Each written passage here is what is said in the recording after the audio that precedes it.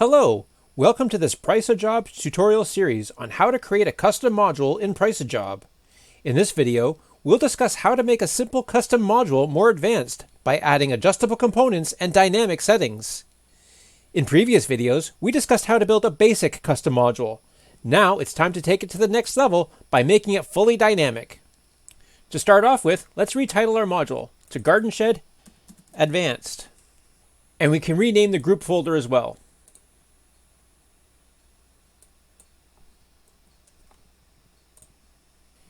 Next, we're going to want to enter edit mode, and we do that here under the main setup toolbar by selecting the edit mode icon. And the interface lights up in yellow highlights to let us know that we're in edit mode. The first thing we'll want to do is go to our main stage and select the menu icon here to add a component. And there are a variety of components that we can add, including select pack, input single, input quantity, input range, input text, multi-labor, modal, row, text, dynamic variable sketch, data table, library, select box, radio buttons, color picker, and input select. To start off with, we're going to choose input quantity. And when we select that, we can see in the sidebar in the background that a component has been added to the main stage. And then we have to give our component an ID. The ID is a variable, and it can't contain any spaces or special characters. So for this component, we're going to give it an ID of QTY. And then we can give it a title. We'll call this quantity. And let's change the icon that represents this component. So we'll click on this symbol here to add an icon. And we can scroll through the PriceAJob library to see if there's anything suitable for our use. And there is one here, QTY, that should do just fine. Then we can set our width. Currently, it's set at 6 units, which is half the width of the Stages toolbar. And if we want, we can expand that to 12 to fill the width. Or we can just instruct PriceAJob to fill it, which is the same. But in this case, we actually want it only to be half width. So we'll select 6 so the component is only half the width of the Stages sidebar. We'll skip position for now and take a look at visibility. We have options to hide, show, or set a condition. In this case, we just want it to show. And we can set a default value. 0 is fine. And we can set this component to show even if it's blank. When we're done, we can click Save. And now we will exit edit mode to see how the component works. And we can click the plus and minus buttons to add quantities to our stage here. But you'll notice that as we change the quantity here in these stages, that nothing is actually changing here in our estimate. And that's because we haven't connected this component to any values yet. So let's go ahead and connect this quantity component to our garden shed material. So to do that, we'll go back into edit mode, and then we'll click on the material to open the material edit pane. Alternatively, if you want to, you can also go to the options cog here on the right and select edit, and that opens the same material edit pane. And here we can see that the quantity for this material is currently set as 1. So rather than setting this as a fixed number, we want to replace this number with a variable. And we can see our variables here by clicking the variable button at the bottom. And this opens our variables pane. And currently we're editing the shed stage here. And in this module, we have 3 stages. We have a main stage, a shed stage, and a decorating stage. Here we can see the main and decorating. This stage here refers to the shed stage that we're currently editing. And this shows the variables that are available to this stage. But the variable we want to link to is in the main stage. It's in this component that we just created for the quantity component. So to access that, we'll just twirl down the main stage, and here we can see the quantity variable that we just created. And so to copy this to the current stage, which is the shed stage, all we got to do is just click this icon here to copy to clipboard. And in addition to copying to our clipboard, it also copies it immediately to the current stage. So once that's done, we can close the variable pane. And now we can paste our clipboard into this quantities field here. And you'll see that the formula is preceded by a $sign, and that indicates that this is a formula. So now we can apply these changes and exit our edit mode. Now when we adjust our quantities here in the quantity component, you can see that it is updating here in our estimate as well. And that's because now the quantity, rather than being a fixed amount, is referencing here the quantity variable in the quantity component. So we'll just set this to 1 for now.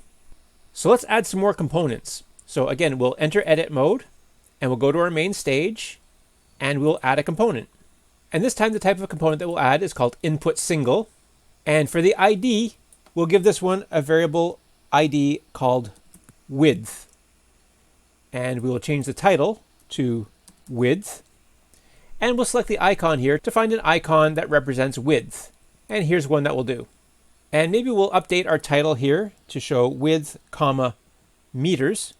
And because our shed is 1800 millimeters by 3600, let's enter a default value of 1.8 meters. And the rest will leave the same, and save.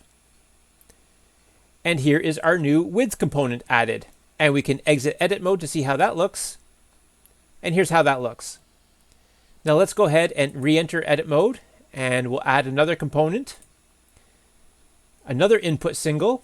This time we'll set the ID as length, and we'll change the title here to length, comma, meters, and we'll choose an icon, something that represents length. And I see the one that we used here for width, and I don't see an exact match here. So here's a length and width. Let's choose this one for length, and we'll set our default value as 3.6 meters, and we'll leave the rest the same and save.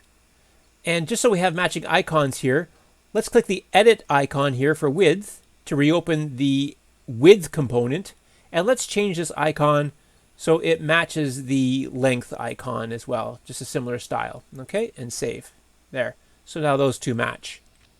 But when we exit our edit mode, we can see that the width and length are staggered on different lines, and that doesn't really look the way we want it to. So let's go back into edit mode, and this time let's edit the quantity component here, and let's change its width to 12 to fill the whole line, and then save. And you can see that by filling this whole line, we've pushed the width down to the next line so that width and length are side by side, and that looks much nicer. Okay, now let's go ahead, and in the main stage, again, we'll add another component, and this time we will choose a text component. And now here in the text field, we will type area, and we're going to add a formula. And in PriceAJob, formulas are bound within double curly brackets. So we'll put opening curly brackets and closing curly brackets doubled. And then within those curly brackets, we'll type $width to reference the width formula that we created over here in this component. And then multiplied by $length to reference the length formula that we created in this component. And then at the end of that, we'll just put a space meters squared and save. And now you can see here a component has been added to our main stage, which automatically calculates the area of the width multiplied by the length. And let's just exit our edit mode to see how that looks. There it is. So now if we change our width, we can see that the area automatically updates with it. So we'll just put those back to their defaults, 1.8 by 3.6. And there's our area. So this component is now dynamic based on the length and width here. But our area is a very common variable, and we might not want to be putting that same formula for width times length every time we need to reference it. So to do that, we can create a new dynamic variable. So we can go back to the main stage and add a component. And this time we will select a dynamic variable. And this is a formula that will not appear in our stages anywhere. This is just for reference within PriceAJob. So we'll give this component an ID. We'll call this area. And then down here within the formula, we'll type $width times $length. And you'll notice that I've omitted the curly brackets in this case because we're actually typing within a formula field here. So we don't need to have those curly brackets this time. And then go ahead and save. And you'll notice that there's no new components added to our stage here because that dynamic component is only to inform PriceAJob of the formula. So if we need to edit this dynamic variable, because it doesn't appear in the stage, to access that, we can go to the three bars here in the main stage and edit stage. And then here we have a tab for dynamic variables. And here's the dynamic variable that we just created for area. So if you need to, you can click the pencil icon to edit this formula. For now though, let's go ahead and update our area variable here, our simple text. So we'll click the pencil icon to edit. And now, rather than having our formula referencing width times length, let's just replace this with $area. and save. And nothing here has changed because the area is still the same. So again, if we test our width, we can set that to 2, and we can see that our area is still responsive, but now it's referencing the area dynamic variable instead of multiplying width times length. So it's the same information, it's just going about it differently. Let's make some other adjustments to this area component. We'll click the edit icon here, and let's adjust the visibility. From show, we'll call this conditional. And for our condition, we'll change this to $area greater than 0. And basically this means that this component will only be visible if the area is greater than 0. So let's go ahead and save. And currently our area is greater than 0. It's 7.2 square meters. But if our width or length changed to 0, our area will also change to 0. Now it seems confusing that we can still see this component, but the reason for that is that we're in edit mode. And when we're in edit mode, we can see all of our components regardless of their visibility. And that's so that we can edit this component if we want to. If we exit edit mode, we'll see that the area field has disappeared. So here we'll change our width to 2, and our area component reappears again. We'll change our length to 0, and our area component disappears because we have it set for conditional. So let's put that at 3.6.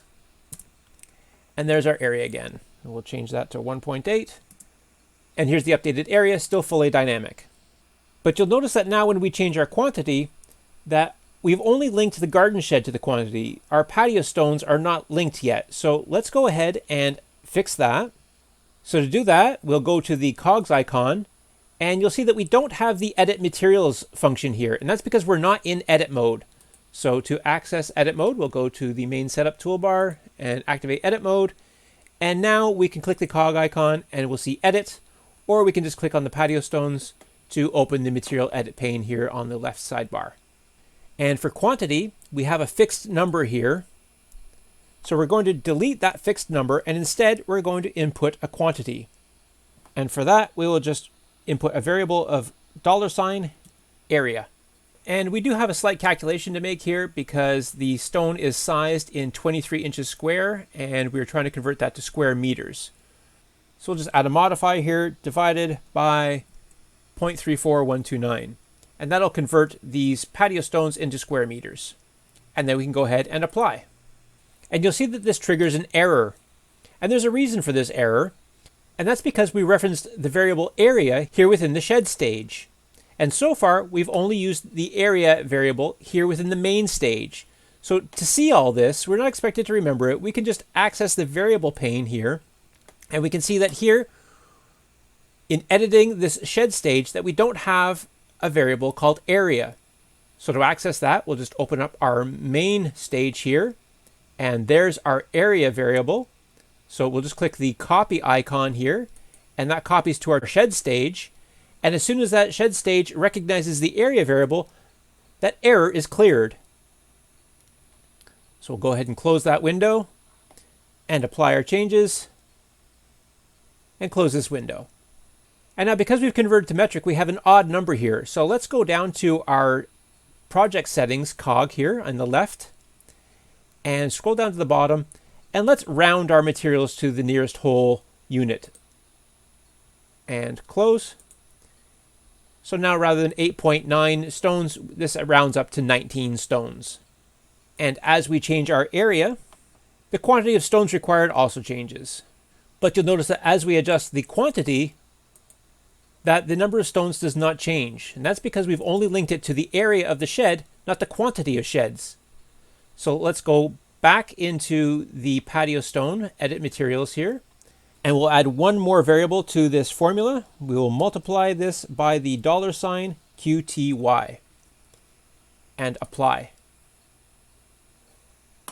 And now when we adjust our quantity, you can see that the number of patio stones increases as well. Next, let's connect our leveling sand. So we'll click on this item here to open the material edit pane for the sand. And here in the quantities field, let's enlarge this field here by clicking this icon here. This will give us a bit more room to type our formulas. And here, rather than having a fixed value of 1, we're going to replace that with a formula. And again, because we're within a formula field here, we don't have to type the curly brackets. So we'll just type $area multiplied by $QTY, and we'll divide that by 10 because one bag is enough to cover about 10 square meters. And then go ahead and apply. And now, as we adjust our quantity, we can see the sand is also connected to the quantities, and if we change our area, we can see the sand is connected with that as well. So let's put those back to defaults. There. And our sand is now dynamically connected. Now let's do the same with our labor. To install the garden shed, currently we have it set as a fixed number of 5 hours, but we want that to reflect the quantity of sheds that we have to install. So we're still in edit mode, we can tell by the yellow highlights, so we'll just go ahead and click Install Garden Shed, and that opens this labor item inside the material edit. Even though this is labor, it's still titled as a material edit. So here under quantity, we'll replace the fixed unit of 5 with 5 multiplied by the quantity of sheds required. So that's 5 hours for each shed. And then we'll go ahead and apply that. And again, as we change the quantities here, we can see the labor required for the installation increases as well. Now let's go to the decorating stage, and we'll do the same thing for the labor to apply the stain. So we'll click on exterior staining, 2 coats. And here we have 4.5 hours as a fixed quantity, but again, we'll multiply that by the quantity of sheds required. And apply. And we see that we get an error, NaN, for not a number. And we know the reason why. We'll go to our variables to find out the reason. And the reason is because we are editing now the decorating stage. And the variables currently within the decorating stage do not include the QTY variable. So let's expand our main stage, and there's the QTY. Let's copy that to our clipboard. That also copies to the decorating stage, and it clears our NaN error. So we can close this window now, apply our changes, and now as we adjust the quantities of sheds, we can see that the labor hours for staining also increases down here at the bottom. Next, let's connect our stain and sealer. So we'll select this to open the material edit pane. And for this formula, let's expand our formula window here by clicking this icon to give us a bit more room to type out our formula, because this one will get a bit more complex. And for this formula, first we'll calculate the perimeter. So we'll put this in closed brackets and say $width times 2. So that's the 2 sidewalls. Space plus space $length times 2. And that will calculate the perimeter of our shed. Then we can multiply that by 2.5, which is the height of our walls.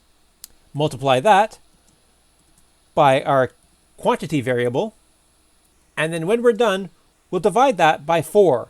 And this is the area covered per tub. And this will be indicated on the tub of stain. So basically what we have here is the perimeter times the height is the full area of the walls of our shed, multiplied by the quantity, divided by 4 square meters coverage for the sealant. So now we'll go ahead and apply. And now as we adjust our quantity, we see that there's a problem. Our stain is not responding to our inputs here. What about if we change the width here? Still no change in the sealant. And although we didn't get an error, you can probably guess the reason why is because here we're editing a material in the decorating stage. So let's open our variables tab, and we'll see that sure enough, we're missing the width and length variables here within the decorating stage. We have the quantity variable, there it is, but we need the width and length. So let's open up our main stage, and there's width, so we'll copy that, and that copies to the decorating stage. And here's length, so we'll copy that, and that copies to the decorating stage. And now we can apply. And now when we make our changes, we can see that the amount of sealant required changes as we change our inputs. And let's adjust the width to make sure that works as well. And change our quantity. And we can see that the stain is now fully dynamic based on our inputs. And this is showing a quantity, but if we want, we can change the units here to liters. And PriceAJob does the math for us, knowing that there's approximately 4 liters in a tub of sealant, that we would require 7 tubs to complete this job. But you'll notice that this seems a little bit off. 7 tubs of stain to coat 1 shed seems like quite a bit. And the reason is because we have marked our units as each. And here we've done the calculation to convert this to liters. So here we'll change our units to liters and apply. And now as we make our changes, we can see that we need 7 liters to paint this shed. And here, if we change the drop down to units of each per tub, we know that that's only 2 tubs to stain this entire shed. And that makes much more sense. So now let's exit our edit mode. And we can see the components that we added here, the quantity, width, length, area. And these are all fully dynamic, and our materials and labor are all connected. So as we make our adjustments, our quantities are adjusted as well as our estimate costs. So all of our components, materials, and labor are all dynamic at this point. But there's still room for improvement. For example, our shed here is based on a fixed rate, whereas it should be based on its size. So to adjust this, let's go back into edit mode. And let's go into our main stage and click on the actions icon here to add a new component. And this time what we're going to add is an input range slider. So we'll change the title here to price per square meter. And we'll give the ID a variable called price. And we'll change the icon here to a currency symbol. And we'll just find that in the PriceAJob library here. There's one. And then let's customize the range here. We'll set the range from 50 to 200 with steps in between of 10. And that means that our slider will range from 50 to 200, moving in increments of 10 with each step.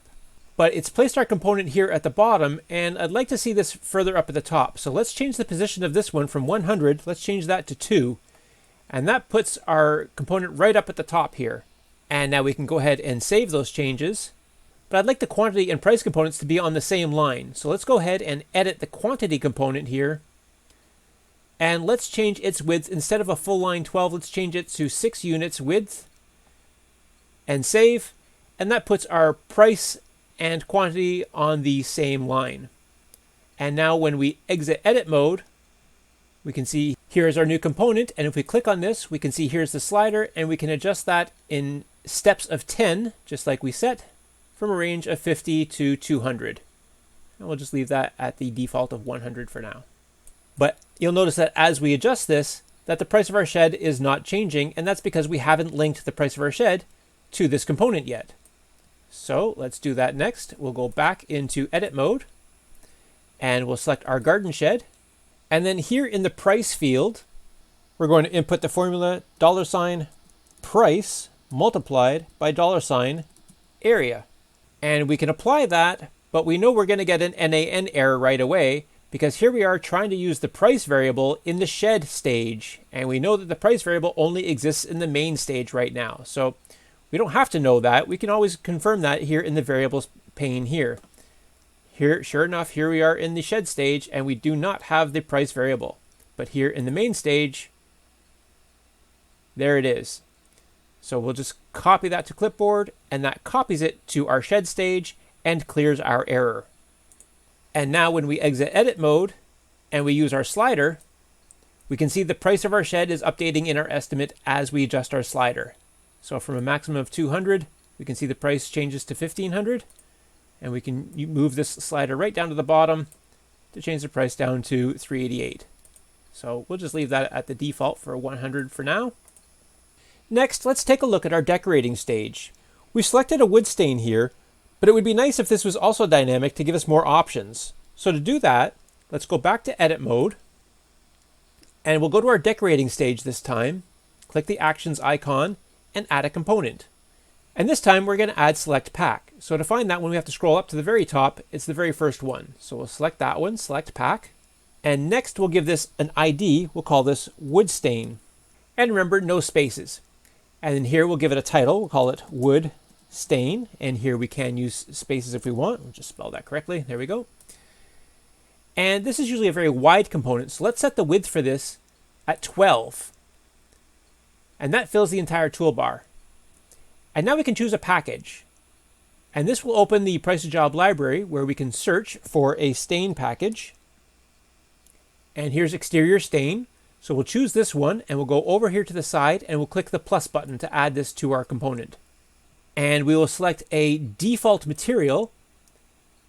And in this case, we will select the semi-transparent waterproofing stain and sealer and save.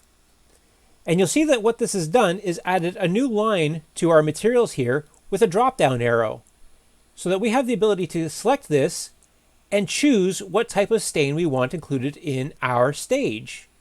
So let's exit the edit mode here. If we wanted to change this to a different stain, we could just select this from the drop-down, and that would be added to our estimate. But currently, it's not linked to any of our dynamic links. So to make this dynamic so that it's connected, let's go back into edit mode, and let's open the old sealant that we had here in the edit toolbar, and let's copy this formula. Copy.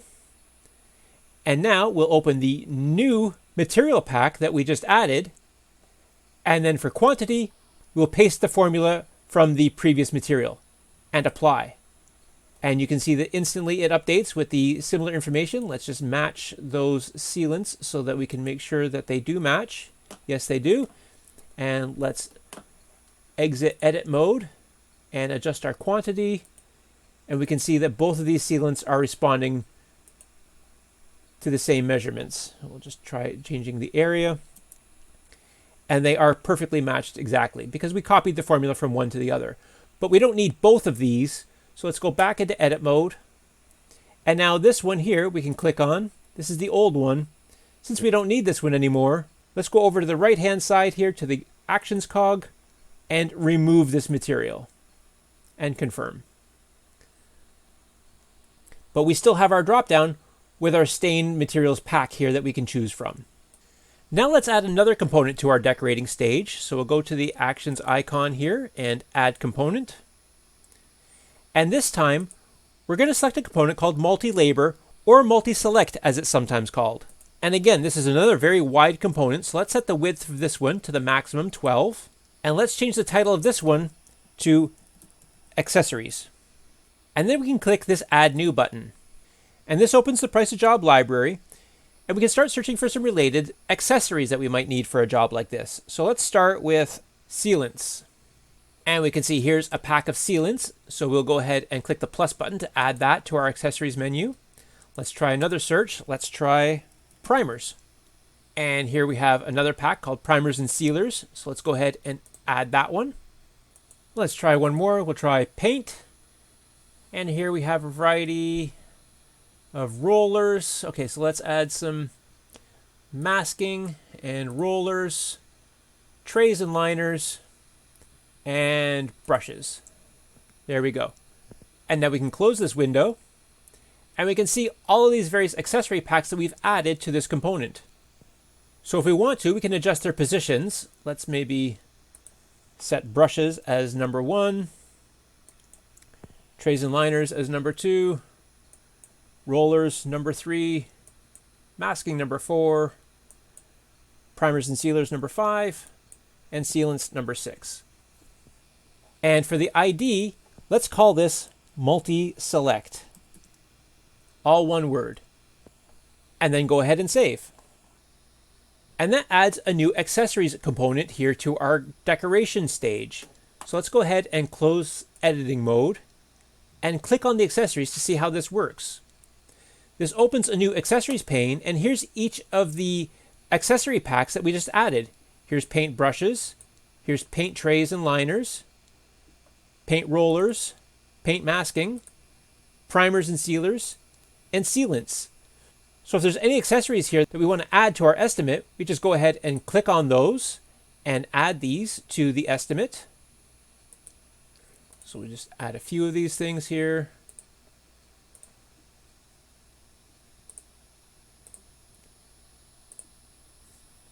And then up at the top here, we can adjust our quantities as needed. And then when we close this pane, we can see that down here in the decorating stage, all these accessories have been added to our estimate. Now, if we want to remove any of these from our estimate, we can click on the cog icon here to remove it, or we can open our accessories pane again and either deselect them down to 0 or just delete that item from our tray. And that immediately updates our estimate as well. And one finishing touch, let's go back into edit mode and edit our accessories pack here, and let's just change the icon on this. Let's just find something suitable. That should do. And save. And that gives a nice icon for our accessories component. And that's how to make a simple custom module more advanced by adding adjustable components and dynamic settings. In the next tutorial, we'll discuss some handy tips and tricks to finish your custom module. Thank you for using PriceAJob.